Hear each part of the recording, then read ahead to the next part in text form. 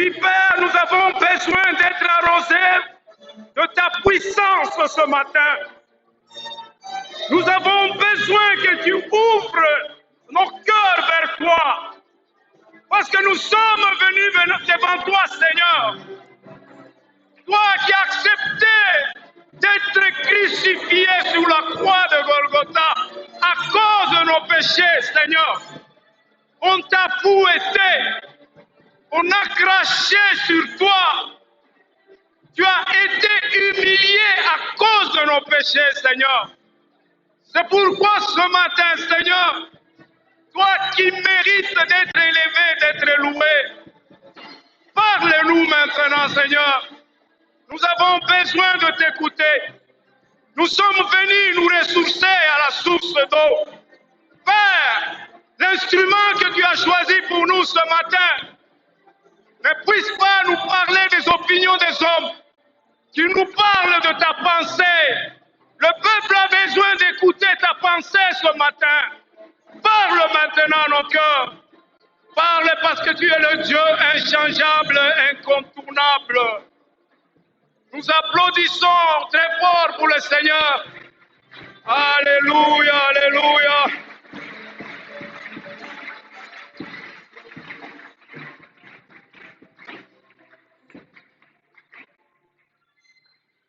C'est vraiment une grande joie de nous retrouver ce matin dans une grande famille chrétienne. Nous allons prendre nos Bibles. Nous allons lire Marc 16, du 1er au 6e verset. Quand vous comprenez bien, donc même le modérateur était inspiré. Amen, amen.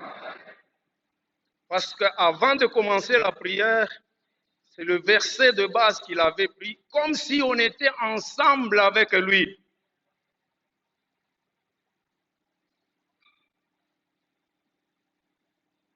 Matthieu 16, de 1 à 6. Lorsque le jour de sabbat fut passé, Marie de Magdala, Marie mère de Jacques et Salomé achetèrent des aromates afin d'aller embaumer Jésus. Le premier jour de la semaine, elle se rendit au sépulcre de grand matin, comme le soleil venait de se lever. Elle disait entre elles, « Qui de nous roulera la pierre loin de l'entrée du sépulcre ?» Et, levant les yeux, elle aperçut que la pierre qui était très grande avait été roulée. Amen, amen. Elles entrèrent dans le sépulcre, virent un jeune homme assis à droite, vêtu d'une robe blanche, et elle fut épouvantée. Il leur dit, « Ne vous épouvantez pas. Vous cherchez Jésus de Nazareth, qui a été crucifié, il est ressuscité. Il n'est point ici. Voici le lieu où on l'avait mis. » Amen, amen. Aujourd'hui, c'est une journée de fête, la journée de Pâques. Et cette journée, c'est une journée pour la fête de chrétiens. Pourquoi la fête de chrétiens? C'est parce que nous allons parler avec vous ce matin sur le thème la résurrection et les acquis de la résurrection. En lisant la parole de Dieu, ce récit de la résurrection, nous comprenons que la résurrection est un élément clé pour notre foi chrétienne. La résurrection est la pierre angulaire. La résurrection est un élément clé même pour notre prédication. la résurrection est la base et le fondement de tout ce que nous pouvons prêcher et avoir une espérance. Amen, amen. Et cela trouve sa force dans la résurrection de Jésus. Mon frère, ma soeur, si Jésus n'était pas ressuscité entre les morts, on ne devait pas avoir la mission. Si Jésus n'était pas ressuscité entre les morts, on n'allait pas avoir la bonne nouvelle. En d'autres termes, si aujourd'hui nous ne croyons pas que Jésus était ressuscité des morts, donc notre enseignement n'a plus d'avenir. Est-ce que nous comprenons bien? Si nous croyons que Jésus est ressuscité des morts, cela signifie que même maintenant, il est vivant. Il est à droite du Père. C'est alors que notre foi aura un fondement. C'est pour dire que tout ce que nous avons revient sur la résurrection. Si vous voulez écrouler le christianisme, prouve seulement que la résurrection n'a pas existé.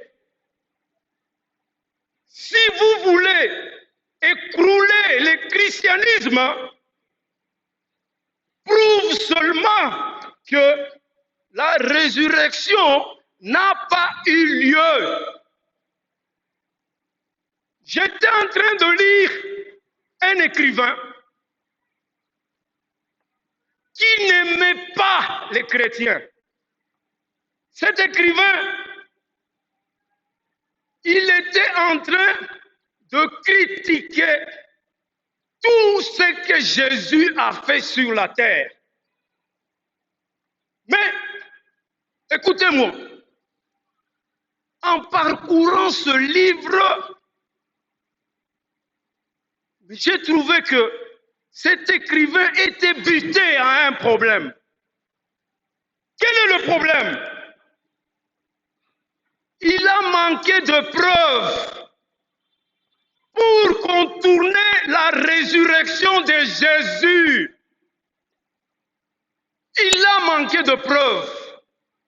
Et à la fin, en lisant ce bouquin, cet écrivain, en définitive, il a cru au Seigneur. Aujourd'hui, il est serviteur de Dieu. Gloire à Dieu! Pourquoi il a été buté? Les difficultés de prouver que la résurrection n'existe pas. Manque de preuves. C'est pourquoi il est devenu serviteur. Bien-aimé dans le Seigneur, laisse-moi vous dire aussi que tous les disciples sont morts, martyrs. Pourquoi ils sont morts martyrs? C'est parce que durant toute leur vie, ils ne faisaient que réaffirmer, affirmer que Jésus était ressuscité. L'effet de réaffirmer, l'effet d'affirmer, ça dérangeait beaucoup des incrédules. Nous comprenons l'importance de la résurrection dans cette marche avec Dieu. En lisant la parole, nous comprenons la suite. Les principaux sacrificateurs connaissaient mieux les Écritures. Mais ils ne croyaient pas à cette vérité. C'est pourquoi, après la mort de Jésus, ils ont pris toutes les précautions possibles pour chercher à empêcher à ce qu'on vienne récupérer le corps de Jésus. C'est ainsi qu'ils ont placé une haute sécurité. En faisant les recherches bibliques, j'ai trouvé qu'on a mis 16 gardes bien armés qui faisaient le tour autour du sépulcre de Jésus. Mais une chose, les sacrificateurs ne savaient pas que Jésus sera ressuscité.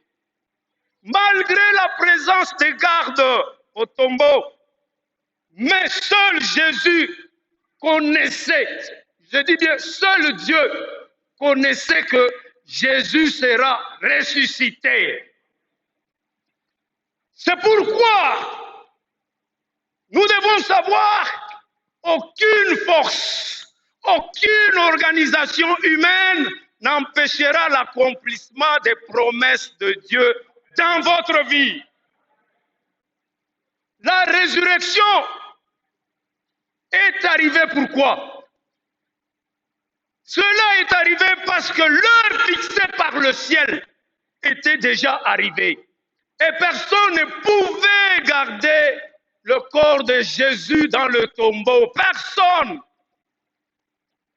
Bien-aimés, même pour votre bénédiction, il n'y a personne qui peut empêcher votre bénédiction dans votre vie. Aucun sorcier, aucun ennemi ne peut empêcher l'accomplissement de Dieu dans votre vie. Amen, amen. N'est-ce pas, la Bible le confirme? À l'enterrement de Jésus, on a respecté les coutumes juives. On est parti chercher le corps de Jésus. On l'a enveloppé avec les aromates et bandé. C'est-à-dire, on a bandé Jésus avec la pâte aromate, avec la pâte. À partir de la main, on bande, on termine, on commence le corps. On bande, on termine, premier pied, deuxième pied. On a bandé le corps, mais on n'a pas bandé la tête. Troisième de chose, on a creusé le rocher qui constituait la tombe de Jésus. C'était dans le roc. Et à l'intérieur, c'était au moins à 1 mètre de hauteur. Une grande pierre, je dis bien une grande pierre de 2 tonnes. Quand vous faites beaucoup de recherches bibliques, vous allez comprendre. 2 tonnes a été roulée à l'entrée du sépulcre. 2 tonnes, c'est pour dire que même si vous venez à 10, c'est impossible de faire rouler cette pierre. On a placé les gardes romains à l'entrée du sépulcre. Donc, tous les mécanismes mis en place pour empêcher la sortie du corps. Donc, on a mis tous les mécanismes possibles de sécurité pour empêcher qu'on ne puisse pas venir faire sortir le corps. Mais, regarde maintenant ce qu'il y a eu. Il y a eu un tremblement de terre. Après le tremblement de terre, l'ange du ciel apparut et il fait rouler cette pierre. Et la garde armé jusqu'aux dents, était tombé à l'apparition de l'ange. Et on nous dit que l'ange était assis sur la grosse pierre. Les gardes avaient eu peur, paralysés. Dieu avait permis de le mettre en dehors de la scène. Une question qui me vient à l'esprit. Est-ce que l'ange a enlevé la pierre pour permettre la sortie de Jésus? Si je posais cette question à l'Assemblée, je sais que la majorité diront oui. Et pourtant, non. La garde a permis de déplacer cette grosse pierre juste pour permettre à ce que les femmes et les disciples qui viendront chercher son corps puissent entrer dans le tombeau. Amen, amen. Pourquoi Jésus, qui devait être ressuscité, avait déjà le pouvoir de sortir avec un autre corps. Amen. Donc ce n'était pas nécessaire. Donc Jésus, même si la pierre devait rester là-bas, Jésus devait toujours sortir. Amen, amen. Ça, c'est un élément qu'il faut connaître. Maintenant, on nous dit, les femmes, chemin faisant, elles s'inquiétaient. Comment rouler la pierre? Elle était incapable. Effectivement, les femmes étaient incapables de faire rouler cette grosse pierre. Bien-aimés dans le Seigneur, qu'est-ce que cela nous enseigne? Dieu nous connaît. Il connaît tous nos problèmes. Il connaît toutes nos difficultés. Il connaît tous nos besoins. Et avec précision. C'est pourquoi devant les problèmes chrétiens, nous n'avons pas droit à nous inquiéter. Vous avez vu les femmes s'inquiéter, non? Route faisant. Tout ce que Dieu nous demande, c'est d'être obéissant à sa parole. C'est tout ce que Dieu nous demande, d'être obéissant à sa parole. Regardez, les femmes sont arrivées au sépulcre. À leur surprise, elles ont constaté que la pierre de 2 tonnes était déjà roulée par l'ange. Marc 16, 5 nous dit, les femmes sont entrées dans le sépulcre. Ils sont entrés dans l'antichambre du tombeau. Elles ont trouvé un jeune homme assis à droite de l'endroit qu'on avait déposé le corps de Jésus. Vêtue en robe blanche, elle fut épouvantée. Cette figure de ce jeune homme, c'était l'ange du ciel. Et l'ange informe les mamans. C'est lui qui vous êtes venu chercher. Il est crucifié. Il est ressuscité. Amen, amen. Il n'est point ici. Et les femmes ont vu seulement les bandes avec aromates. Mais le corps de Jésus avait déjà traversé la coquille et le mur. Vous comprenez? Donc, tout ce qu'on avait bandé Jésus, c'est resté intact. Donc, le corps de Jésus est sorti de ces bandes avec aromates. C'est sorti. La coquille est restée. Deuxième, le corps de Jésus est sorti du tombeau, pas par la grande porte. Ça, c'est le deuxième constat. Les femmes ont couru maintenant pour aller informer les disciples. Il y avait un problème de foi. Quand vous parcourez bien la parole de Dieu, vous allez comprendre que les mamans ont eu beaucoup de doutes pour croire en réalité que Jésus était ressuscité. N'est-ce pas, plusieurs fois, nous préférons voir au lieu de croire. La foi commence quand Dieu ne répond pas. Pourquoi? Quand tout va bien, c'est difficile d'avoir cette expérience de la foi. Il faut passer par des épreuves pour qu'on puisse savoir que vous avez de la foi vers le Seigneur.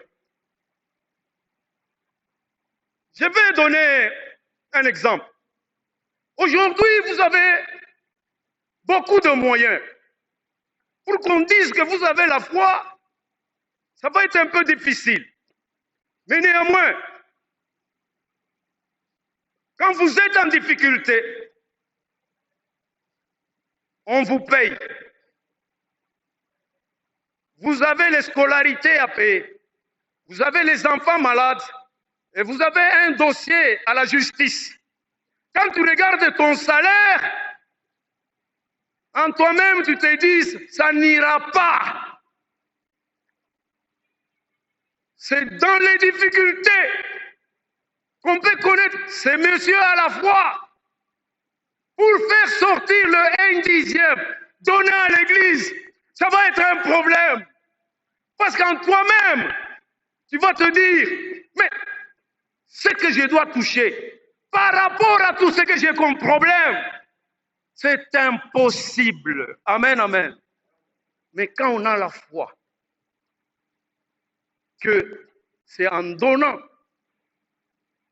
que j'ai une protection pour tout ce que j'ai comme problème, comme la Bible le dit, on posera l'acte. Amen.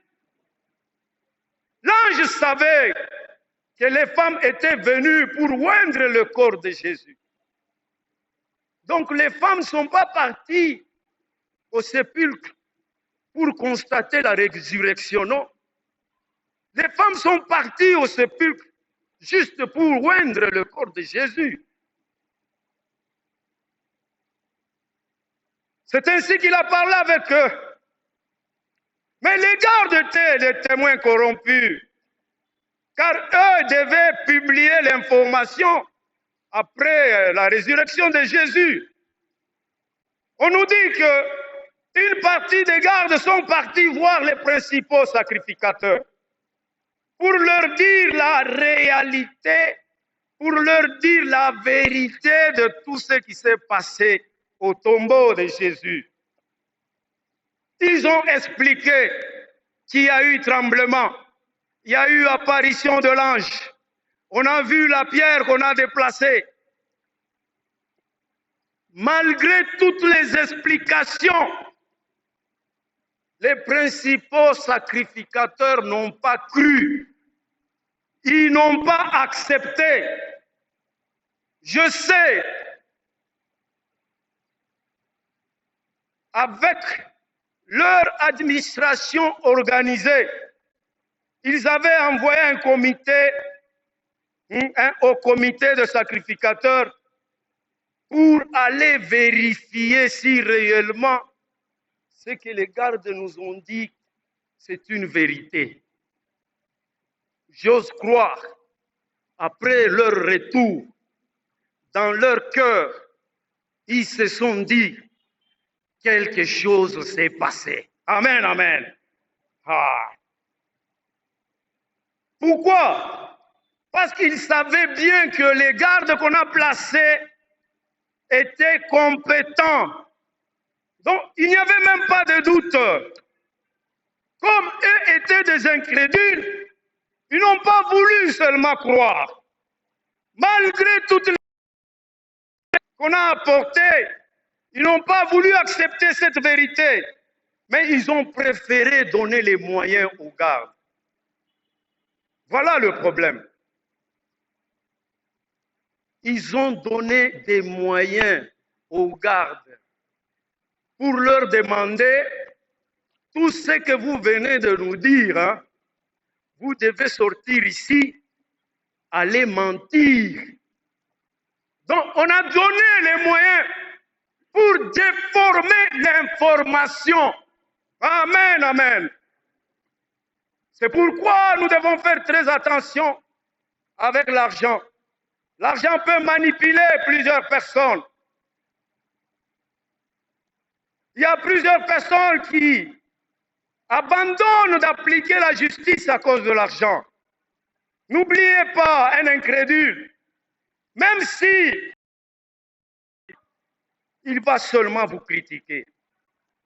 Très cher bien-aimé, l'argent n'a pas le pouvoir de ressusciter une personne. Je ne connais pas un président, je ne connais pas un roi dans ce monde qui a le pouvoir de ressusciter un homme. Même les précurseurs des religions.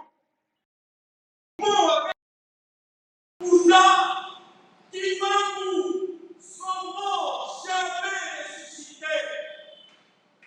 Il n'y a que Jésus qui a le pouvoir du ciel et de la terre, qui a le pouvoir de l'humanité, qui a été ressuscité des morts. C'est pourquoi nous avons intérêt de lui faire confiance. Nous avons intérêt de nous attacher à lui. Vous savez que tous les miracles que Jésus a fait, les incrédules ne le croient pas. Et pourtant, la résurrection est la victoire de la vérité sur les mensonges. La résurrection est la victoire de la lumière sur les ténèbres. Amen, amen. Nous parlerons sur les acquis de la résurrection. Oh, Jésus n'a pas, quand il n'est pas dans le tombeau, le corps de Jésus n'a pas été déplacé. Nous croyons qu'il est vivant. Il est à droite du Père. Amen. Car la Bible dit, il a apparu aux apôtres. Il a apparu aux mamans. Et quand il a apparu aux apôtres, il y a eu une extrême joie. Une joie intense dans les corps des apôtres. C'est ainsi que Jésus avait même demandé qu'ils puissent manger avec eux. Parce qu'il avait un corps incorruptible. Un corps qui pouvait traverser les murs, sortir et entrer sans passer par la grande porte. La victoire sur la mort, c'est ça le premier acquis de la résurrection. Jésus est sorti vainqueur. Bien-aimé, nous vous encourageons parce que tu peux aujourd'hui tomber malade. Et cette maladie peut t'amener à la mort. Mais quand la mort vient, laissez-moi vous dire où s'arrête. Quand la mort vient, même si tu avais des projets d'acheter, de construire des bâtiments, d'acheter tous les terrains ici à Portugal, tous les projets s'arrêtent.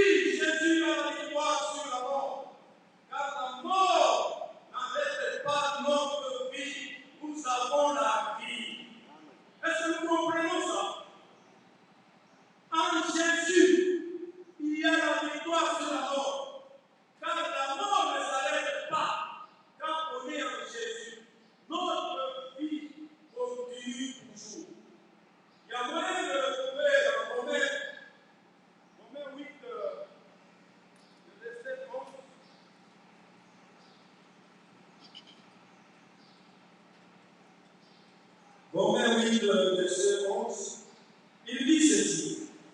Et si l'esprit de celui qui a ressuscité Jésus d'entre les morts habite en vous, celui qui a ressuscité Christ d'entre les morts rendra aussi la vie de vos corps mortels par son esprit qui habite en vous. Amen. C'est-à-dire, étant enfants de Dieu, nous n'avons pas le droit d'avoir peur de la mort. C'est pourquoi, avant de mourir, nous devons accomplir la mission sur la terre.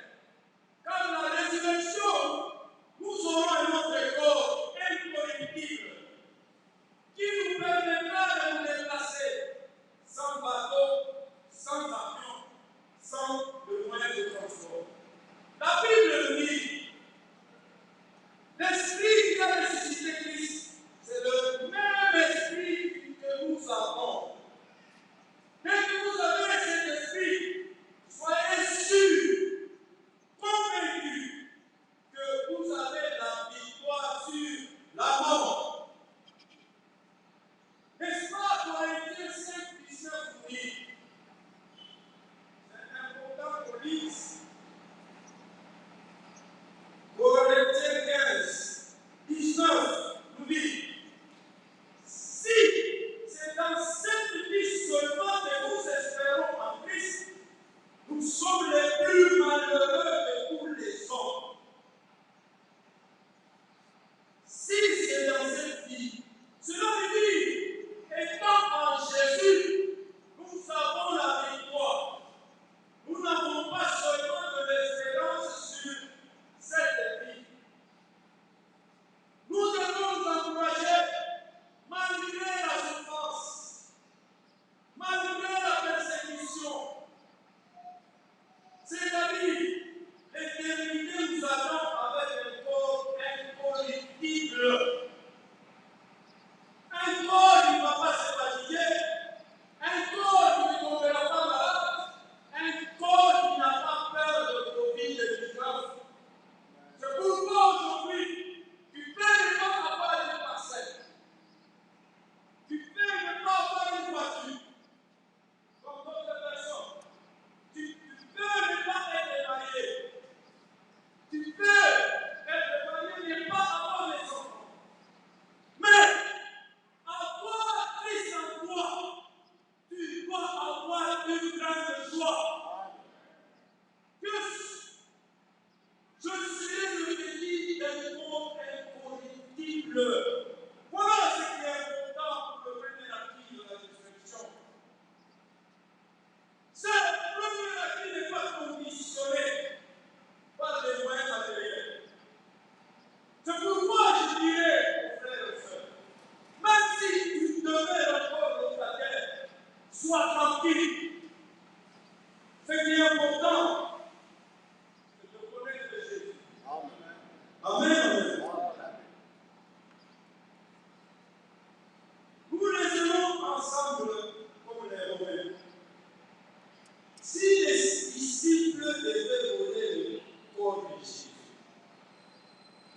n'est-ce pas, on devait prendre ce corps et aller les exposer pour que tous les gens puissent voir ce corps, n'est-ce pas? Parce que c'était un mensonge. Et si cela s'avère vrai, le christianisme ne devait pas avoir le sens à présent. Notre foi serait vaine. Parce que nous croyons que Jésus a été ressuscité. Et la résurrection de Jésus implique dans notre vie qu'il est vraiment le Fils de Dieu. Cela implique les sacrifices sur la croix que nous avons bénéficié de pardon du péché.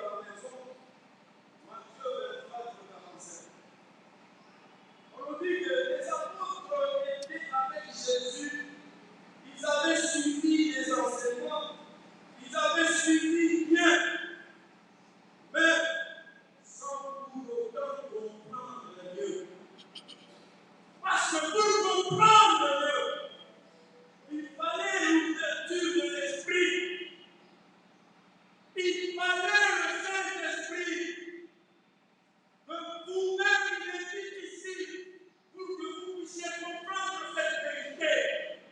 Amen. Regardons, tous nous avons des livres, tous nous écoutons la parole de Dieu. Mais combien appliquent cette parole? Une question difficile. Combien appliquent? Est-ce qu'en réalité nous devons nous limiter seulement à écouter? Non. Nous devons aller jusqu'à appliquer cette vérité dans notre vie. Quatrième acquis, la proclamation de la bonne nouvelle. C'est un acquis car Jésus avait expliqué comment ces choses allaient se passer. La bonne nouvelle commence par vous présenter la repentance et le pardon.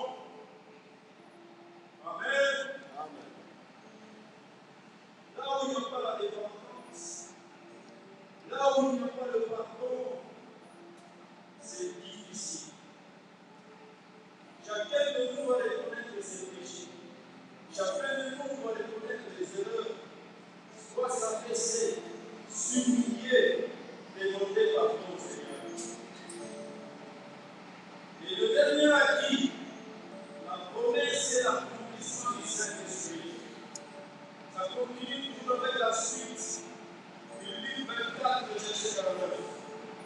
Les promesses et l'accomplissement est venu avec le Saint-Esprit.